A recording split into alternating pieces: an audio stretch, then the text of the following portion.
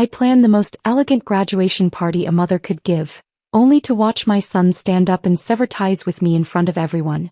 Then he turned and offered his blessing to my husband and his mistress.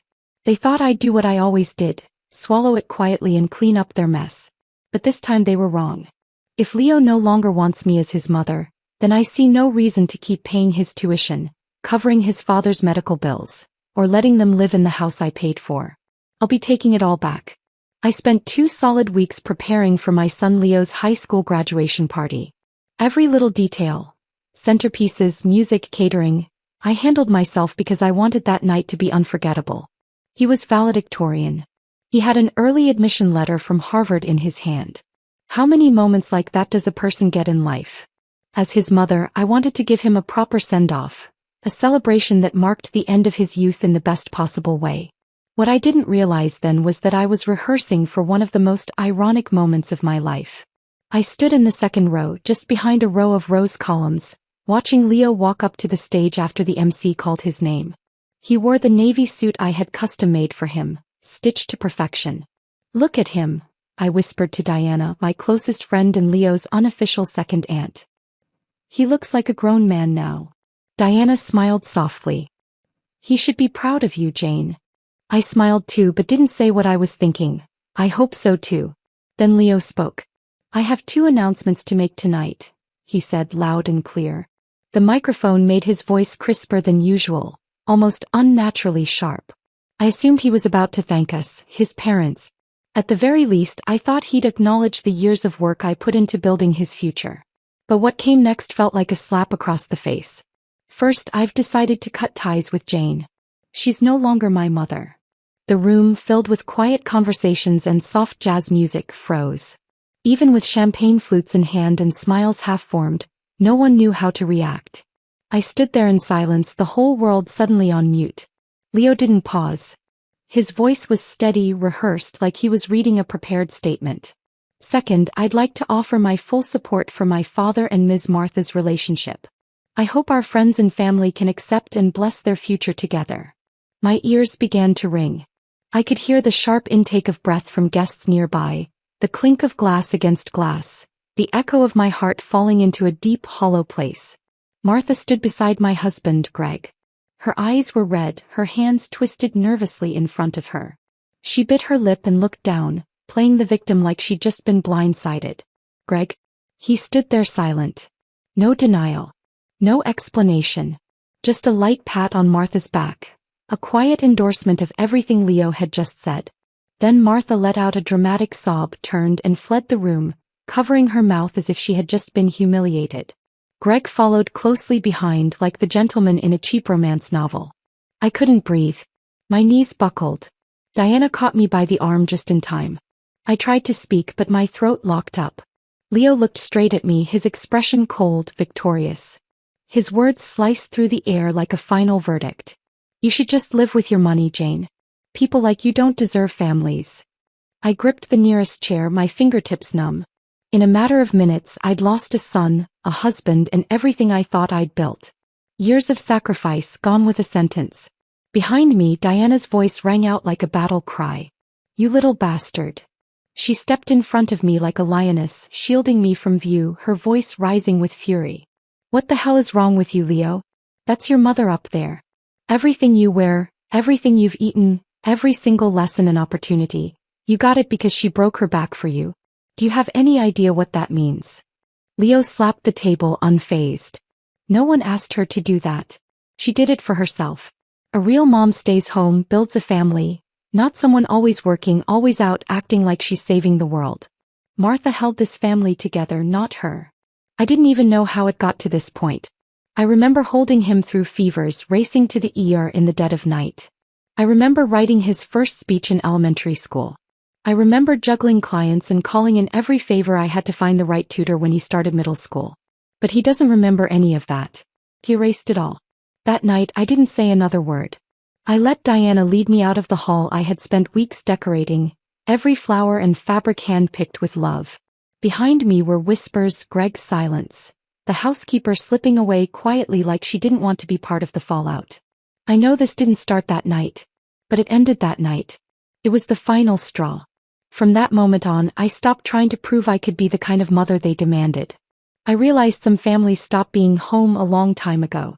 And some children leave their hearts behind the moment you start breaking yours for them. There are stretches in life you survive on nothing but grit. Mine began when Leo was 2 years old, and it didn't let up for over a decade. I clawed my way through those years, and by the time I could finally breathe, I had barely scraped together a life that looked like success. Back then, Greg was working as a project manager at a small local construction firm. He worked hard, but we were always behind. And Leo, who had just turned 2, was in that clingy toddler phase. As for me, I was pushing a food cart up and down Massachusetts Avenue, delivering hot lunches to office buildings. The cart was a joint venture with Diana, my best friend.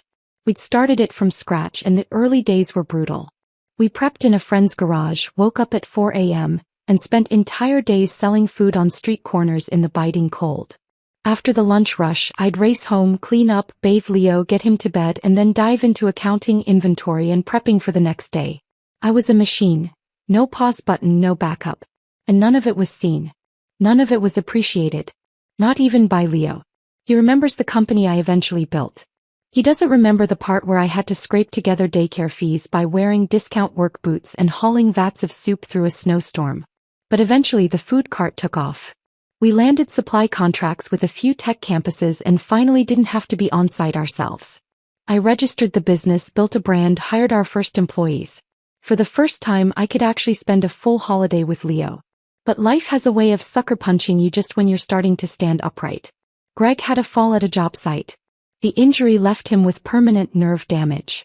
Overnight, he went from being our family's provider to someone who needed round-the-clock care. And Leo was only 7. I had a choice to make. Shut everything down and become a full-time caregiver, or double down and become the kind of woman who could truly carry the future on her own. I chose the latter. So I started leaving the house at 6 a.m. and getting home after 9 p.m., 6 days a week. Most of the time, I relied on security cameras to check if Leo had finished his homework, if Greg had taken his meds, if someone remembered to shut off the dryer. That period felt like living with my heart soaked in vinegar, sour, anxious, and constantly stinging. But I couldn't afford to break. 5 years ago, Greg's doctors recommended hiring a live-in caregiver. I was burning out. My stomach had started bleeding from the stress. A client of mine referred someone she trusted. A private assistant with a nursing background. Her name was Martha. She showed up polished, soft-spoken, well-mannered. Leo took to her immediately. "She's great," Greg said after the first day. "Really attentive. Sweet too." And that night, for the first time in years, I exhaled. It felt like someone had finally lifted a weight off our chest. What I didn't realize then was that in catching my breath, I'd opened the door too wide. Martha's role expanded from daily caregiving to something more intimate. At first, it was little things. She'd light scented candles in the living room. She taped a dinner menu plan to the fridge. Then I started hearing strange comments from Leo. "Are you going out of town again? Why don't you ever have time? Martha's just warmer." The real punch to the gut came when I was flipping through an old ledger and found one of Leo's old sketchbooks.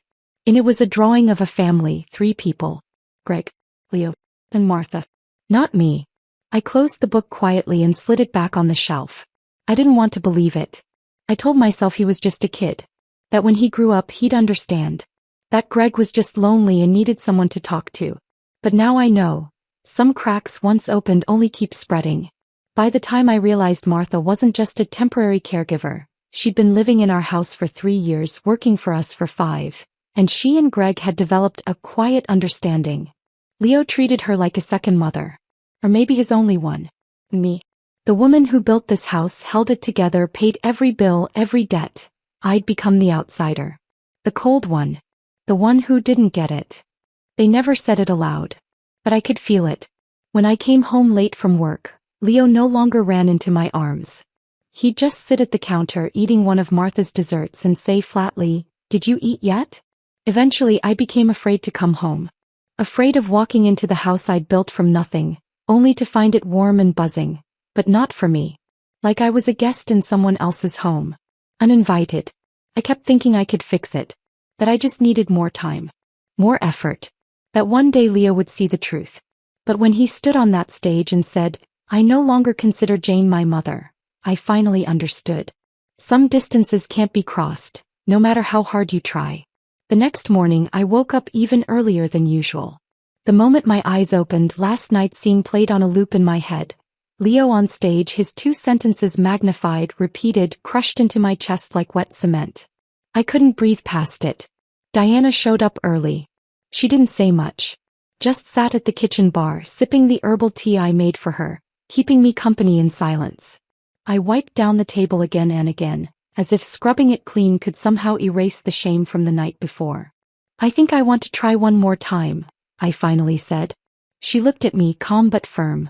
Just remember, dear, whatever happens, you owe him nothing but your truth. I nodded, then got in my car and drove to their apartment, the one in my name. I'd bought it for Leo to live in before college. Now it housed the 3 of them like some makeshift home. As soon as I stepped inside, I heard Martha in the kitchen frying eggs. Greg sat at the table watching TV. Leo was on a bar stool in pajamas chewing on toast. No one stood up. No one said hello. Leo, I said as evenly as I could, can I talk to you alone? He didn't look up. Just kept chewing. Whatever you want to say it here. I swallowed the tightness in my throat and lowered my voice. I know I missed a lot while you were growing up. I was always working when you probably needed me most. But that wasn't because I didn't care. He looked up briefly, his eyes cold. Are you trying to make me feel guilty now? I shook my head. No. I just want you to know, I'm willing to change. I can step back from the company, spend more time with you and your dad. We're still a family. Leo let out a dry, humorless laugh and dropped his toast. A family? Didn't you get the message last night? I turned toward Martha. She didn't miss a beat, still flipping eggs like nothing was happening. But I saw the tiny smirk curling at the edge of her lips, smug, satisfied. Leo, I'm not blaming you, I said. I just want you to see that someone slowly pulled you away from me when I wasn't around. And that doesn't mean you ever really knew who I was. Greg slammed the remote onto the table. His voice was sharp. What are you implying? Martha's got more sense than you ever had. At least she doesn't treat her family like a quarterly business plan. I stared at him. You know what I went through out there. I kept this house running, paid for your therapy, Leo's tuition. All of it. You can hate that I wasn't here, but don't pretend I didn't sacrifice everything for this family. Greg shrugged. You chose to be a workaholic. Doesn't mean we owe you applause. That hit like a blade straight to the chest. And that's when Martha finally spoke, her voice gentle like poison wrapped in silk. Jane, I think you're exhausted. You need rest. Greg and I will take care of the home now. She paused, then added with a syrupy softness that cut deeper than anything. Maybe it's time to let go. That's when I saw it clearly. This wasn't a misunderstanding. This wasn't about hurt feelings or time lost. This was a quiet, calculated takeover. Martha had taken the house, taken Leo's affection, and now, she wanted the power I'd spent my life building. I laughed. Then I cried, but it wasn't sadness. It was the kind of laugh that comes when the absurdity of betrayal finally becomes clear. What you really want, I said, is a docile woman who shuts up, smiles, and doesn't ask where the money's going. That's the kind of mother you're looking for, right? Leo stood up. What do you want now? Another dramatic speech? You never wanted to be my mom.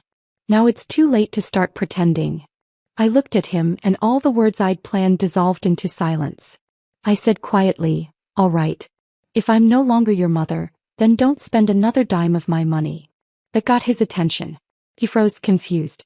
The shock flickered across his face. What do you mean? I mean this apartment will be repossessed. Your allowance, your credit cards, your college fund, I'll be freezing all of it. Greg's rehab center? I'll call and cancel. You all said Martha could hold this family together. Great, let's see her do it. Martha's face drained of color. She took a step forward. Jane, come on. This isn't necessary. I raised my hand. Drop the act. That scene you pulled leaving the banquet last night? Nice performance. But I saw through it. You want to be this house's new queen? Then it's time you started paying the mortgage. Leo's eyes flicked toward her, really looked at her for the first time. And Greg? He just scoffed and turned his head away. I stepped toward the door and looked back one last time at the place I'd bought to shelter my son and care for my husband. I'm not your ATM. And I'm sure as hell not your fool. I don't owe you anything anymore. The door opened behind me. Silence followed. And then I heard it, Leo's voice, soft, uncertain. Mom. It wasn't loud. More instinct than intention. But I didn't look back. Because in that moment I understood. Sometimes it's not that you didn't try hard enough. Sometimes the script was never meant to include you. And I was done auditioning. When I walked out of that apartment, my head was spinning, but my body felt startlingly clear. The wind was sharp, whipping the hem of my dress as I reached the car. My fingers hovered over the unlock button for a moment before pressing it down in one decisive motion. And in that moment I realized, I wasn't broken. I was awake. When I got home, the first thing I did was call my financial advisor. I asked her to freeze every account connected to Leo and Greg. Their credit cards, living expenses, shared bills, even Leo's college fund. She paused on the line. Jane, are you sure about this? I've never been more sure, I replied. Next I called the rehab center. I canceled Greg's upcoming appointments and instructed the billing office to send all future invoices directly to him. That evening I stood in my kitchen and made myself a pot of beef bone broth. My favorite. It had been a long time since I did something just for me. The next day I went into the office. My desk was spotless, the light falling across the hardwood floors like a soft curtain. It was so quiet it felt like I was separated from the rest of the world. I called in my legal director and business partner. We began the formal process of restructuring ownership and removing any family access to company assets. I no longer want any family members involved, I said. My voice wasn't loud, but it left no room for negotiation. Then I called my family attorney. I'm ready to start divorce proceedings. As soon as possible. She hesitated. Jane, are you absolutely sure this is the path you want? I glanced down at the copy of our marriage certificate on my desk and said quietly, I've been sure for a long time. I just finally stopped second-guessing myself today. I stayed at work until late that night. When I finally closed my laptop, I sat by the window and watched the lights flicker on across the city. The car lights along Massachusetts Avenue moved like a river. Far off in the harbor, a lighthouse blinked steadily. And for the first time in years, a sense of calm began to drift from my shoulders to my chest. I knew I needed to leave that house. Not because I no longer belonged, but because it had never truly welcomed me. The following morning, I packed a small suitcase in my laptop, then drove north to a little apartment I'd bought years ago, thinking it might be my retreat when I retired. It wasn't big, but it was quiet. And when I opened the windows, I could see the ocean. I didn't tell anyone I was going. I didn't leave a note. I didn't glance back at the house I had traded 15 years of my life to afford, even though I was about to put it on the market. There was nothing left there for me to take. I didn't turn on the TV. I didn't check my phone. I just sat on the balcony letting the sun warm my face. Below, kids zipped by on skateboards. The wind rattled through the eaves. For the first time in forever I felt something I couldn't quite name. Not freedom. Not happiness. But stillness. Like someone who'd finally stopped running while dragging a weight behind her. I spent the rest of the day sorting through old files. I deleted the synced photo albums from Leo's childhood. I removed Greg's name from my contact list. I submitted a request to my bank to update the beneficiary on my accounts. And I booked a meeting with my estate attorney to revise the trust. After I cut them off, I didn't reach out. But news still found me. The first call came from my property manager. Ms. Thompson, the townhouse on Parkside Lane has been officially reclaimed. Keys returned. Previous occupants cleared out. Any trouble? Nothing major, he said. Though one of the female tenants seemed a little distressed. But it's all handled now. They moved out 2 days ago. I hung up without a flicker of emotion. It felt less like reclaiming a property, and more like finally evicting a squatter from my peace. When Diana dropped by, she brought a special gift. A printed photo of Martha in a supermarket uniform, pushing a restocking cart. Greg was slouched by the register, bracing his bad leg, looking sallow. They look like a deleted scene from a bad TV drama, Diana chuckled, sipping her coffee. Martha's tagging discount stickers. Greg's pushing carts. Still think they're in the mood for romance. I didn't respond. Just gave a faint smile. His karma never needed my help. It always arrives on schedule. Word is they're renting an old duplex out in the suburbs now. Dry grass covering the yard. Faulty heating in the winter. After I froze Leo's college fund, his financial aid application hit a wall due to Greg's undeclared income. The scholarship he was banking on didn't come through. His grades plummeted. And now, even his admission status is in jeopardy. When Diana told me, I scratched a line across my notepad with the pen in my hand. He didn't even show up for the state math competition, she said. Last year you hired a Stanford grad to coach him. I nodded. I'm not gloating, Jane, she added, her tone softening. But he needed to fall like this. He needed to learn. Without your home, he can't stand on his own. That afternoon, I booked a massage and signed up for a facial at a nearby spa. When I leaned back into the chair and closed my eyes, the only sound was the soft hum of a violin playing in the distance and the gentle mist of aromatherapy. It was the first time in years I'd stopped everything, work, motherhood, marriage, to just exist for myself. As I was changing to leave, my phone buzzed. Greg. I didn't answer. 3 minutes later, an email landed in my inbox. Sender, Greg. Subject, negotiation. I opened it. It was a rambling letter, poorly structured and clearly rewritten a dozen times. The first few paragraphs leaned on old sentiments. We were once husband and wife. Leo needs stability. The middle shifted to guilt-tripping. You're still the financial backbone of this family. And the last line finally showed its true face. $10,000 a month. Paid in installments.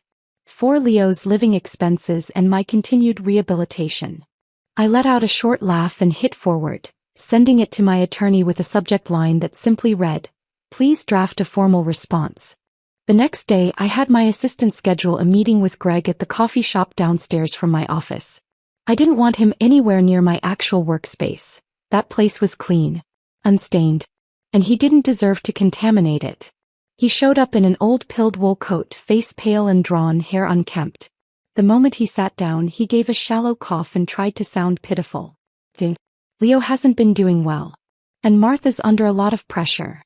I didn't move. Just stared at him. He gave a dry chuckle, then cut to the chase. You know Leo's still in school even if he's legally an adult. You can't seriously expect me to believe you're just cutting him off. Didn't he make that perfectly clear last week? That I'm no longer his mother? That you three are the real family now? Greg opened his mouth then closed it. For once he had no comeback. I continued, let's be honest. You're not here for Leo. You're here because Martha can't carry the weight. She thought playing house came with a trust fund. Now the money's gone and reality's biting. His expression shifted. You can't be this heartless. He's still your son. I leaned back in my chair. And when he disowned me, he did it with no hesitation. Now that things are hard, suddenly I'm the safety net again? He's an adult. I don't owe him anything. Greg went quiet for a beat. Then came the bitterness. That company, we built it together. I was there. I raised an eyebrow. For what? A few weeks. You bailed, Greg. 10 years without income. While I was keeping us afloat, you were asleep on a therapy bed and Martha was watching soap operas on the couch. Greg slammed his hand on the table and stood. So what, do you want us to starve? I stood too, still calm. Whether you starve or not isn't my concern anymore. I'm not your crutch.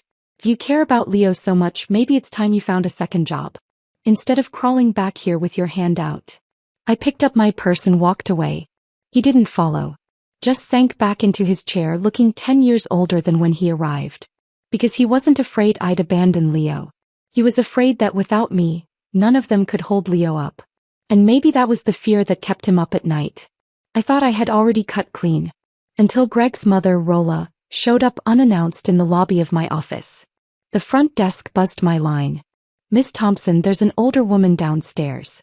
She says she's your ex-husband's mother. She insists on seeing you. I paused. Then said, let her in.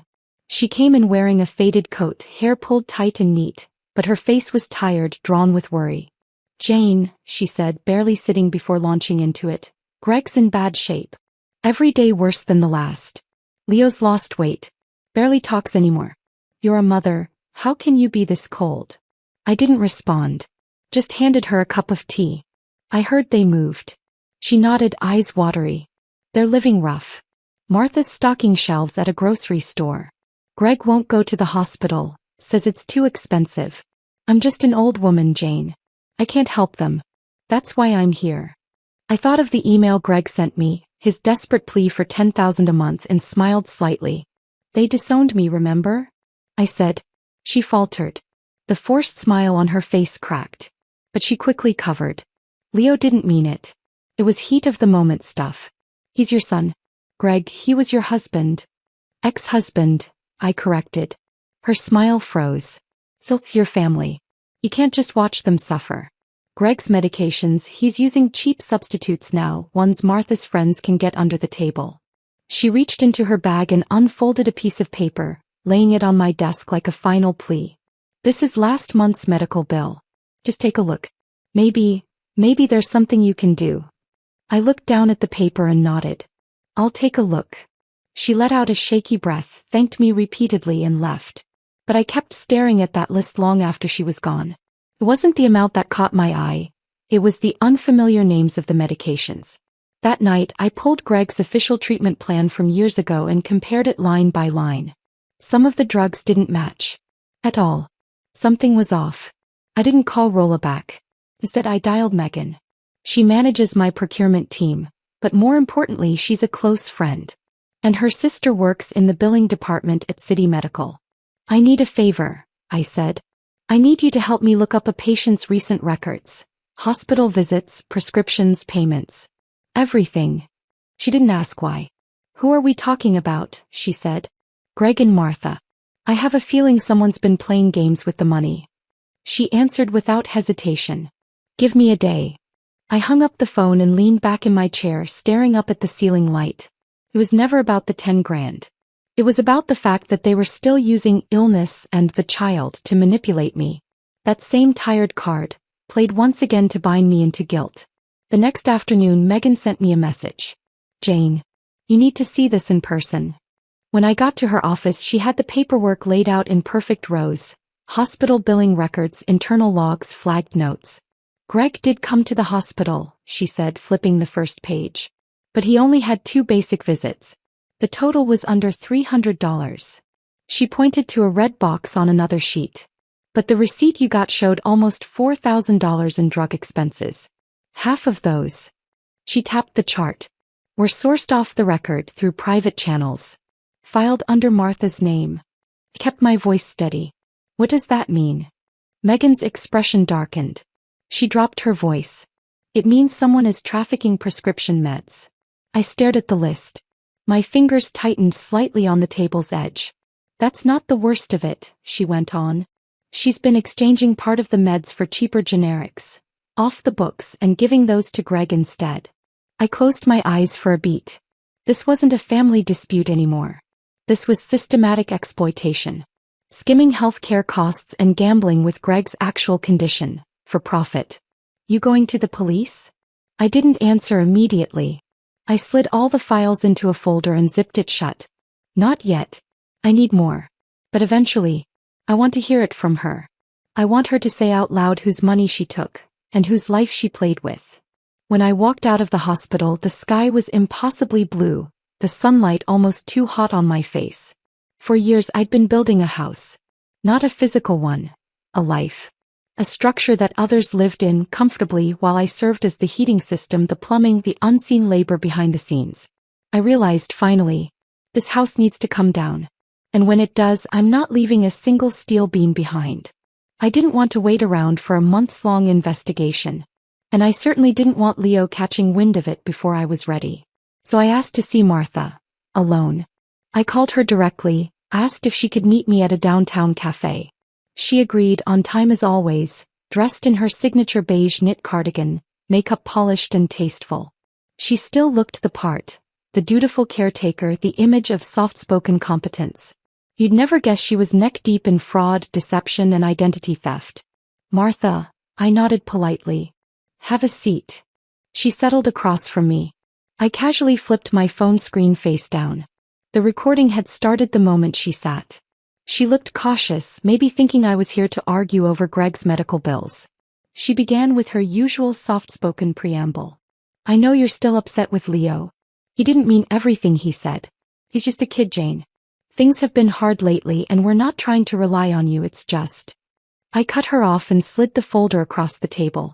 I've been cleaning up some of my financial records, I said, flipping a few copies like I wasn't really invested. Some charges didn't make sense. I figured we should talk face to face. Clear up any misunderstandings. Her fingers froze as she opened the folder. Her face changed instantly. I think you might be mistaken, she said with a weak smile. I only follow Greg's instructions. I'm just the caregiver. You know that. Caregiver. I echoed with a faint smile of my own.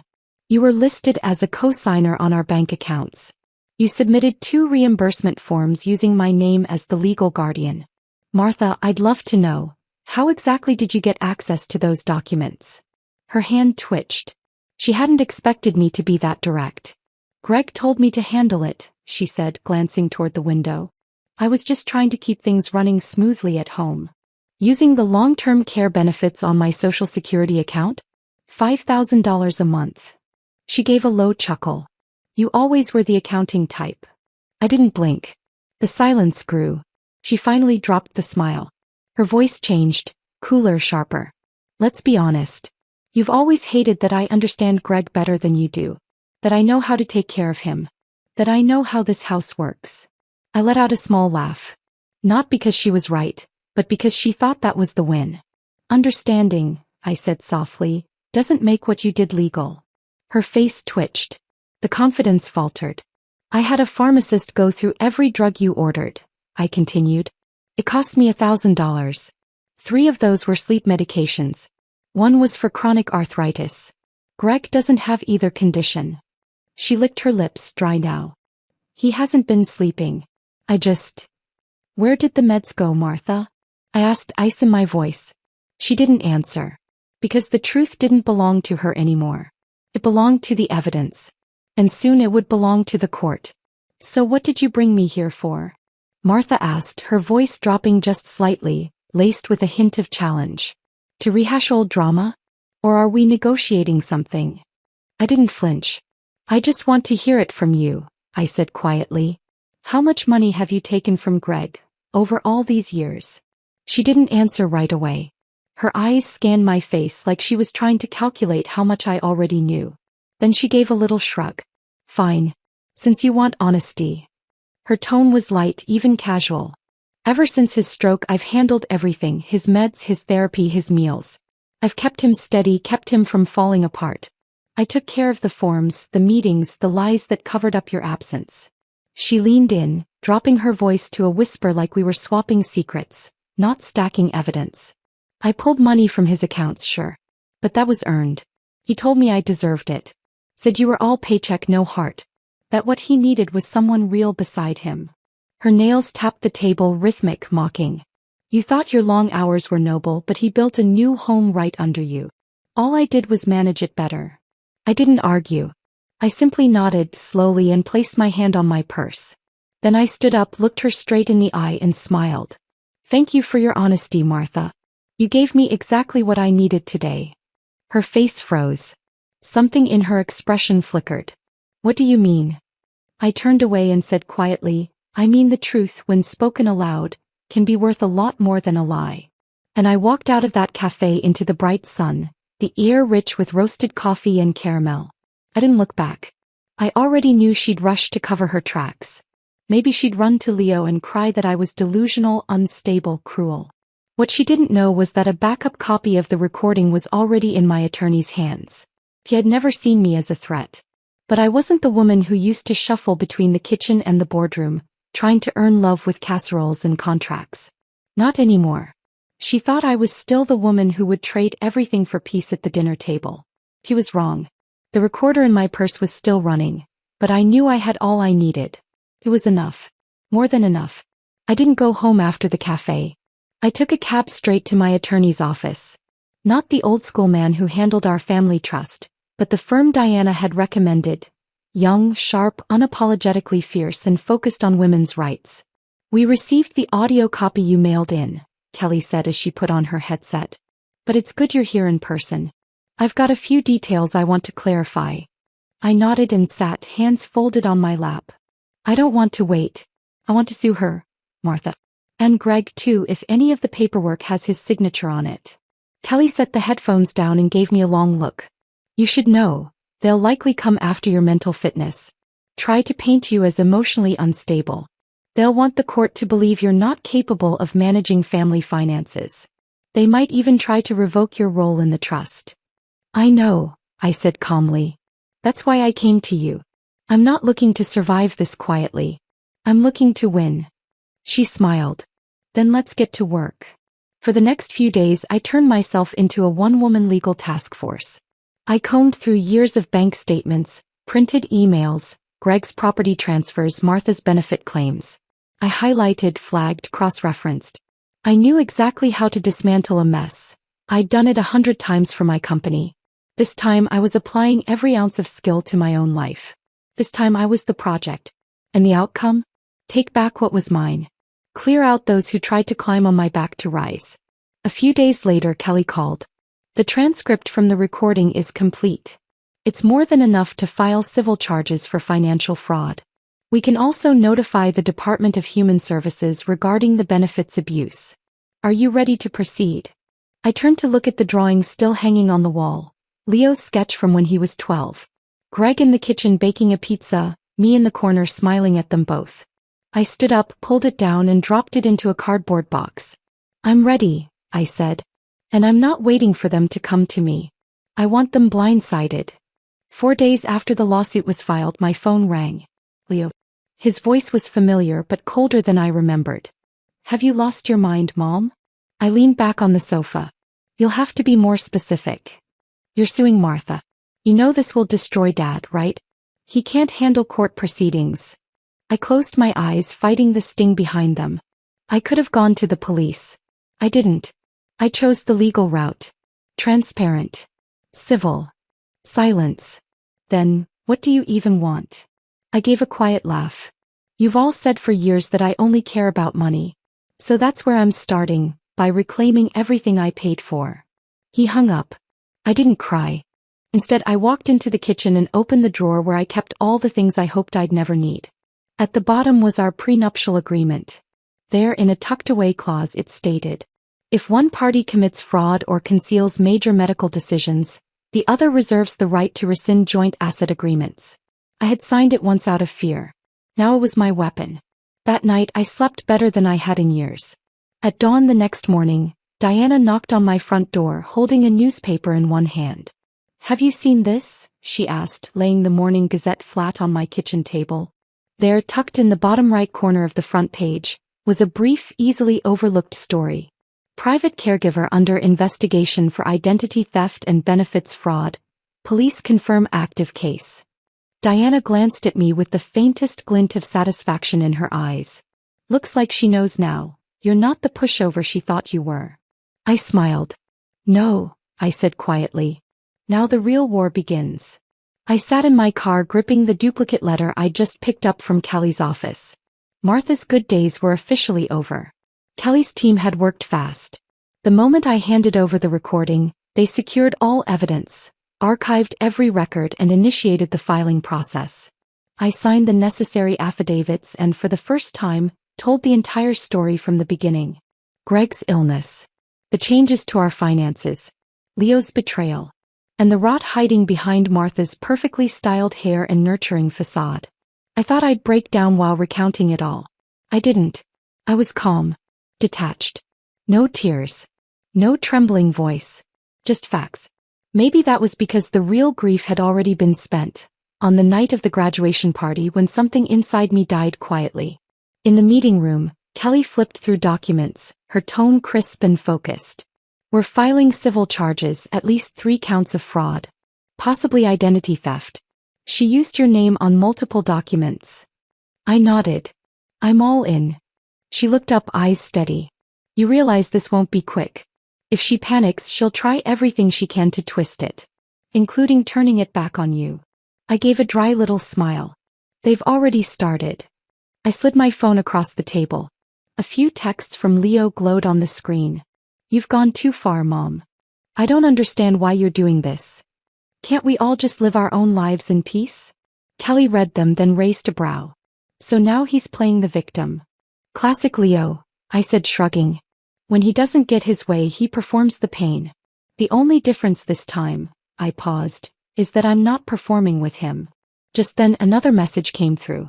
From Lana, Greg's sister, Leo's aunt. Someone who rarely reached out. Heard you're going after Martha. Are you okay? Leo's been a wreck lately.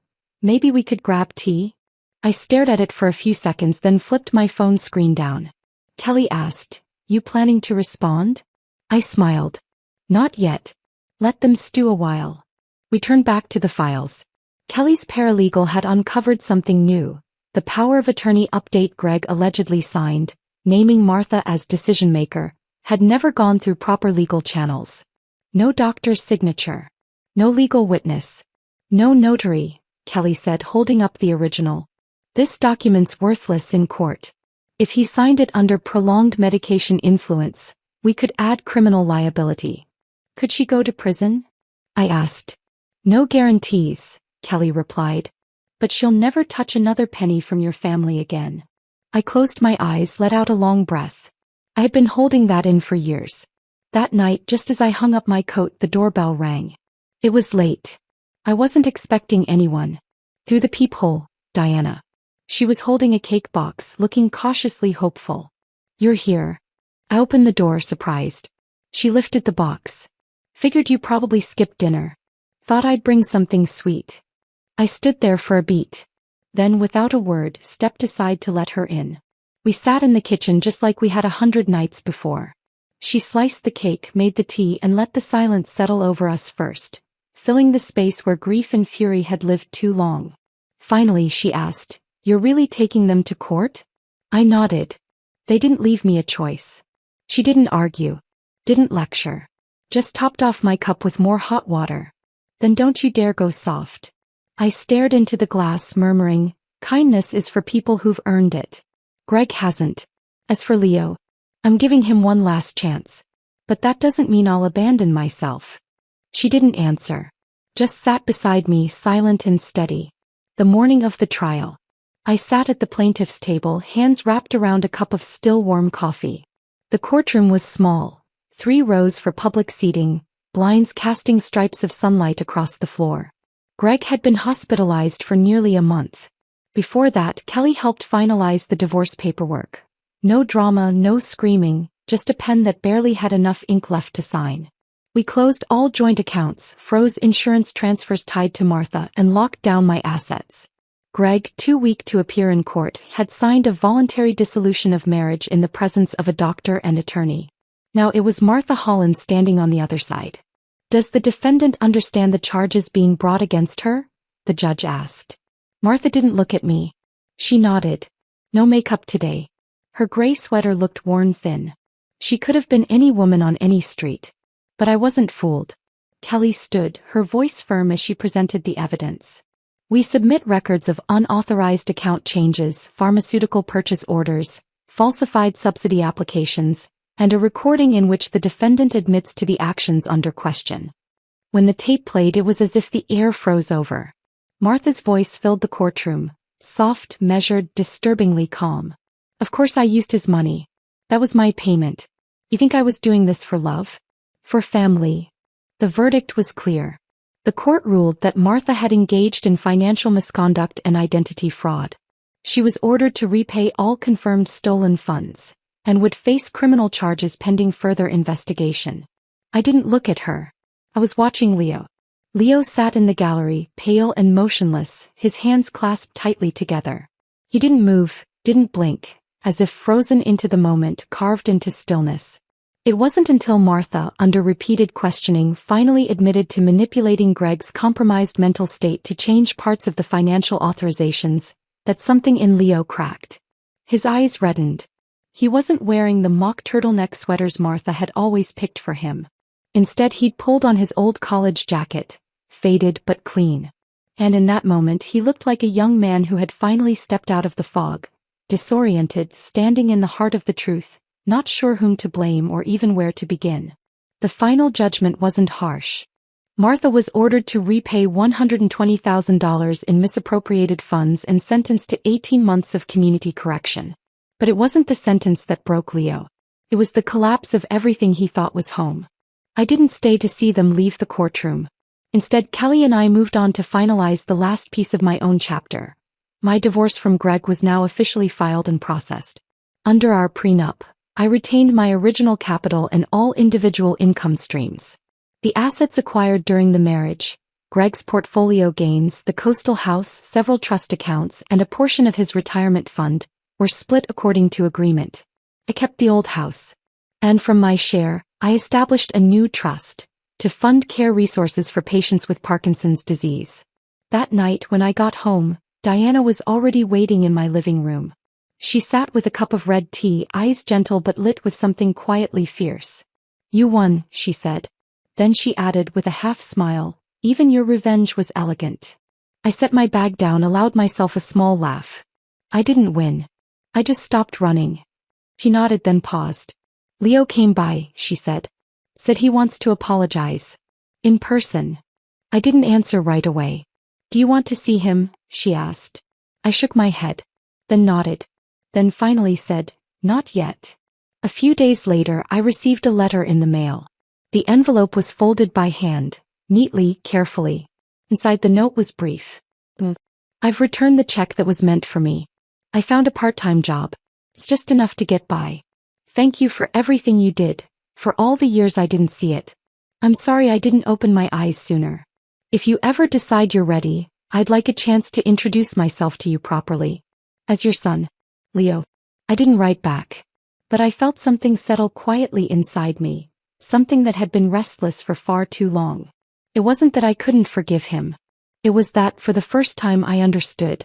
Not every mother is meant to sacrifice herself endlessly for a child who won't reach back. Some mothers are meant to live for themselves. There is no perfect closure in life. No clean final chapter where the page folds itself neatly shut.